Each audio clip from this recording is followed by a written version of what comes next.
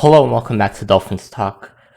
Today, I'm releasing the video version of my mock draft 1.0, of which there will only be two, but the first one. So, yeah, getting really excited. The draft is 3 days away on Thursday. Today's Monday. And yeah, let's just get right into it. This is a 3-round mock draft. So 6, 18, 36, 50, and 81. No trades. By the way, I used the Draft Network's mock draft simulator to do this. And so, yeah, I'll explain which players were available and which weren't in some slots. So let's start off right off the bat. Round 1, pick 6. Kyle Pitts was available. Kyle Pitts, tight end, Florida. Offensive weapon, Florida. If you want, you can say that, to be honest. And he was available, and so I took him without thinking twice. I think Jamar Chase was gone, and so there wasn't even really a hesitation. Yeah, Jamar Chase was gone. I'm gonna look. If I'm looking to the left, it's because I'm looking at the mock to see who was to just make sure to check. So yeah, Jamar Chase was gone, Penei Sewell was gone, Kyle Pitts was there at 6, and so I took him. This guy is incredible. If you haven't watched Kyle Pitts play, whether it's highlights or whatever, watch it. Maybe you can find. I mean, I would stick to highlights. Obviously, you don't need to find the full UF game to watch. Just to watch Kyle Pitts, you can if you want to. I mean, it's cool. If you want to watch the SEC championship, Bama against Florida, that was the closest game Bama had all year. Ended 52-46, and Kyle Pitts dominated that game. Bama couldn't stop him, no matter what they did. And so, yeah, if you want to watch that, whatever. This guy flashes. He jumps off your screen every single game, and every time the ball is in his vicinity, there's a chance. There's a chance he comes down with it, which is an incredible thing to have, that confidence in your receivers, I mean, he's a tight end, but tight end. He's more than a tight end. He's unique. He's just an offensive weapon, like I said earlier. He would be the first or second best receiver in this class, depending on what you think of Jamar Chase. I love Jamar Chase. And I'd be happy with either one of these guys, Kyle Pitts or Jamar Chase, but Kyle Pitts was the one available. I would take Kyle Pitts over Chase just slightly, but I think he's just so dominant. He just has really special potential, and so I don't know how you can pass up on Kyle Pitts if he's there at 6. Now 18. This pick was honestly, I think, the most interesting pick in the entire draft. At least while I was doing it, the one that I had to put the most thought into. What did I really want to do? Because first of all, there are a few camps in terms of Dolphins fans on this 18th pick. There's the Najee Harris camp. There's the anyone but a running back in the first round camp, right? And then there are the guys or the people that want to go defense, whether it's edge or mostly edge, or if a guy like Micah Parsons is available somehow at 18, then they wouldn't want him. So what I did, I took Jeremiah Owusu-Koramoah at 18. Okay, a linebacker out of Notre Dame. Now, the thing, me personally, I wanted Kwity Paye. I mean, I wanted Kwity Paye at 18, but he was gone before 18. Micah Parsons was gone just before 18, right? He went just before 18. So really, it was between a guy like JOK or Najee Harris, right? And had to decide which camp I'm on. Now, I could have gone for Azeez Ojulari, one of these other edge rushers, Gregory Rousseau, even though there are a lot of questions about Gregory Rousseau. And so I didn't opt for that. And he might have been actually gone before, but whatever. I don't think I was really truly considering him anyways at 18. So I went for Jeremiah Owusu-Koramoah. He's an undersized linebacker, but he plays, he's fast, he's rangy, sideline to sideline. He's sort of a do-it-all linebacker in a way, right? He's very shifty. And the knock on him is his size, right? He's 6'1". So that's, that has a lot of people concerned. But when you watch him play, he's very explosive. And so I went with JOK here over Najee Harris. Now, I did this with the hope that one of the top 3 running backs would be sitting available to me at 36, right? Because I do desperately want a top 3 running back. My philosophy for this draft specifically, and I'll get into this a lot more in the video that's going to be coming out Wednesday. I want to surround Tua with as much help as possible, right? And that means getting him as many players on offense as possible, whether that's receivers, right, playmakers, running backs, O-line, and so that's really important to me. And a running back, we desperately need a true number 1 guy out of the backfield that can do it all. To be honest, I mean, Najee Harris, if you look at Najee Harris, he's a do it all back. He's a 3-down, 4-down back. If you need to go for it on 4th, of course. He can run, he can catch, he can block. He's do it all. He would really help Tua. But I took the gamble that one of the top 3 guys would be there at 36 to get a linebacker I think would be really good and help truly solidify our defense. And our defense is already great last year. So getting a linebacker like that, I mean, I would have loved to get Kwity Paye, a true edge rusher. That's what I mean, if Micah Parsons is available, I know I'm going on about this, but if Micah Parsons is available, he was the pick. Now there are character concerns, obviously. With him, those are the concerns with him. And I think there are some concerns as well about his pro day performance. I'm not really sure on that, but there are concerns with Micah Parsons. But as a player, if you just put on the film, put on the tape, or just watch him, he's dominant. He's the best linebacker in this draft. He's arguably the best defender in this draft. And so, yeah. But I went with JOK at 18. Now moving on to 36. Did that gamble pay off? Well, did one of the top 3 running backs fall to 36? Yes. 2 did.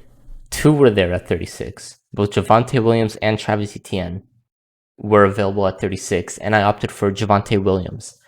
He's more of a bruiser back, right? More physical, that can come out of the backfield. He's another do-it-all type of guy like Najee Harris. He's much more similar to Najee than Travis Etienne, who's kind of a home run hitter at running back, an explosive guy, shifty, all that stuff, So who's still a very good option, by the way. If only he was available at 36, you take Travis Etienne, no question about it. He's a great back. He had a bit of a down year last year, but it's all good. He's still really good. But Javonte Williams, yeah, I don't know.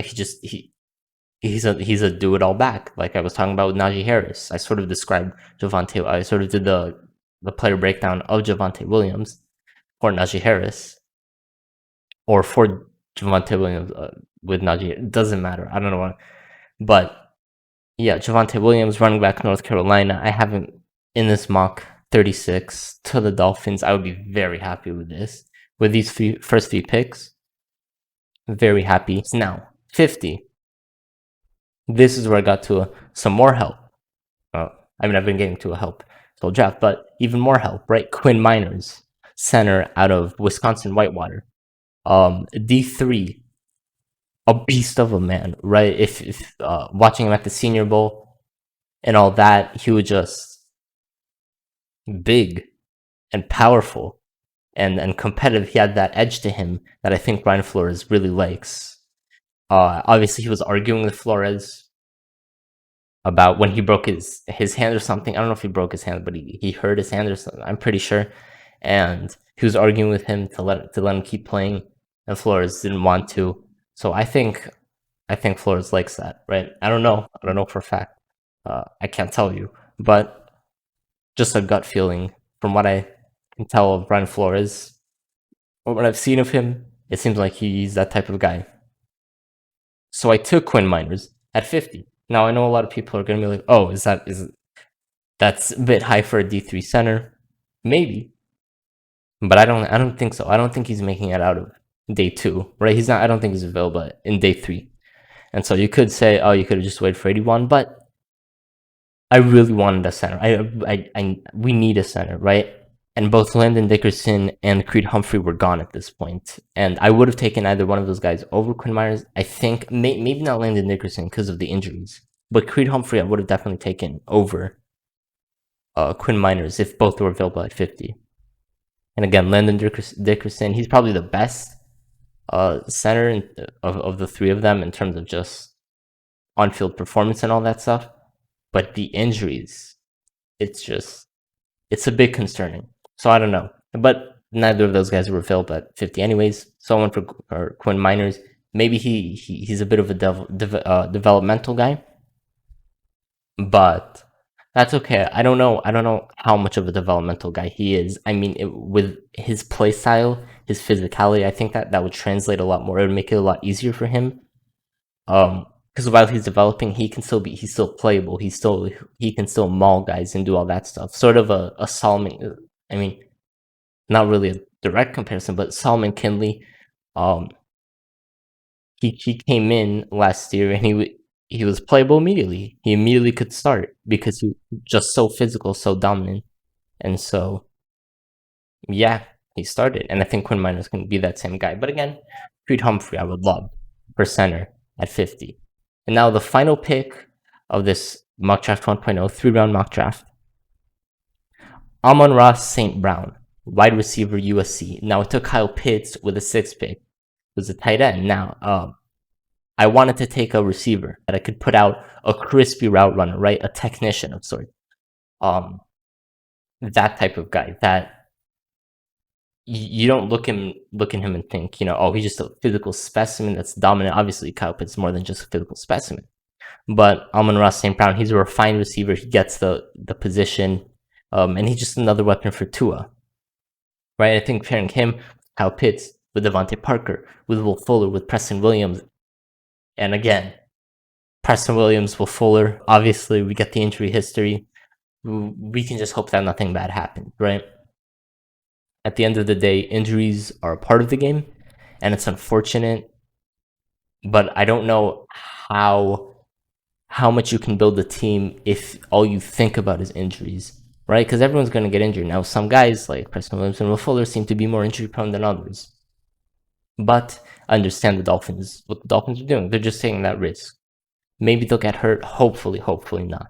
Hopefully they just stay healthy throughout the season.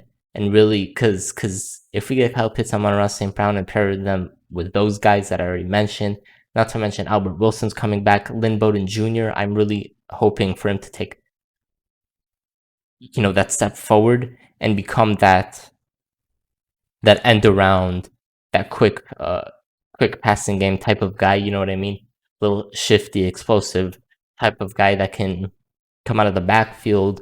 You can use him all over the place. That would be cool. And if he does develop into that, you play him over Albert Wilson, no doubt about it.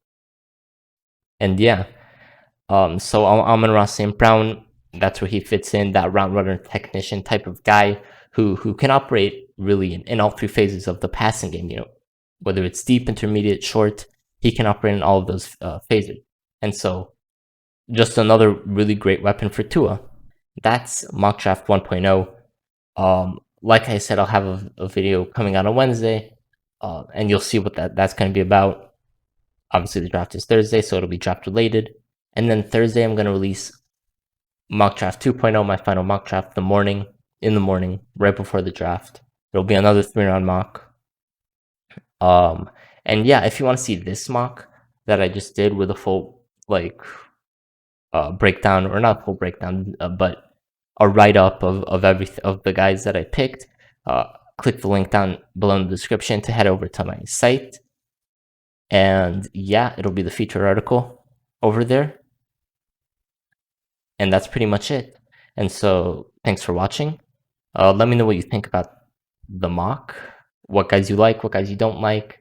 I know you don't exactly know which guys are available at what spots, so it'll be a bit hard, but assume that the guys you want are available, right? And let me know what you think. Who would you take? And all of that. So again, thanks for watching. I hope you enjoyed. And as always, Fins up.